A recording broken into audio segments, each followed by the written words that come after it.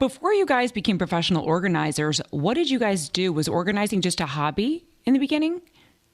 So I'm going to let Joanna start because she has a more polished answer for this because mine is a little bit more of a winding story. Well, I've always had different businesses. I had a greeting card business and some other random businesses for years, and managed a stationery store. But then after that, and I had a baby, I realized how much I was obsessed with organizing. So I began a business helping busy people do creative projects, including organizing. And that was in San Francisco. And then apparently it's not a very straightforward answer either. But then I moved for my husband's job to Nashville, Tennessee, and decided that the organizing piece was the piece I was most obsessed with out of this new business and dropped all the other aspects. And that is where I met Clea.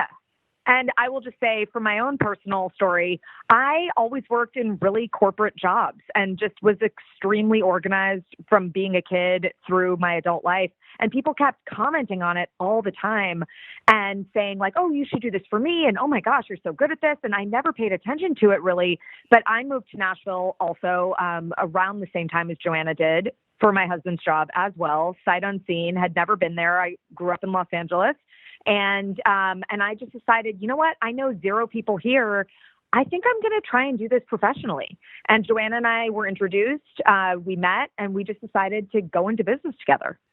And I love it. You guys built this amazing business basically through social media, right? Literally 100%. I mean, crazy. Clea does have an amazing social, what am I trying to say? It's called social media.